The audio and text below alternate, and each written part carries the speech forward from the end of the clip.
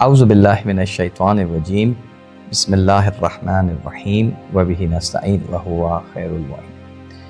انسان اس 70-80 سالہ زندگی جو اس نے اس دنیا میں گزارنی ہے، اس کے لیے بڑی تگ و دو کرتا ہے، کوشش کرتا ہے، محنت کرتا ہے تاکہ اس زندگی کو بہتر سے بہتر بنایا جا سکے، اور اس کے لیے دنیاوی تعلیم حاصل کرتا ہے، بہترین ہے۔ لیکن اس کے ساتھ ساتھ وہ زندگی کے جو ہمیشہ کی زندگی ہے، کیا عقل اس بات کا تقاضا نہیں کرتی کہ انسان اس کے لیے بھی تگ و دو اور کوشش کرے؟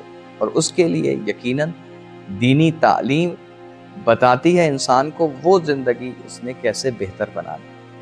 آج کے دور میں کئی طریقوں سے یہ دینی تعلیم حاصل کی جا سکتی ہے۔ ان میں سے ایک طریقہ مدارس میں اپنے نوجوان بچوں کو بھیجا جائے اور وہاں سے دینی تعلیم رسمی طور پر اگر حاصل کی جائے تو یقیناً یہ دنیا میں بھی اور آخرت میں بھی انسان کی کامیابی کا سبب بنتی ہے۔ جس طرح ہر پھول میں ایک خوشبو ہوتی ہے اور اپنی خاص خوشبو ہوتی ہے، اسی طرح ہر مدرسہ، دینی مدرسہ اپنی خاص خاصیت رکھتا ہے۔ جامع بعثت کا طرہ امتیاز جو میں سمجھتا ہوں، وہ ایک بنیادی نقطہ یہ کہ دین کے ساتھ ساتھ دنیاوی تعلیم بھی یہاں پر دی جاتی ہے، عصری تعلیم سے بھی آراستہ کیا جاتا ہے تاکہ دین اور دنیا دونوں کو ساتھ لے کے چلا جا سکے۔ اور ساتھ میں رہبر معظم انقلاب کے اس نصیحت کے مطابق کہ ایک جوان کو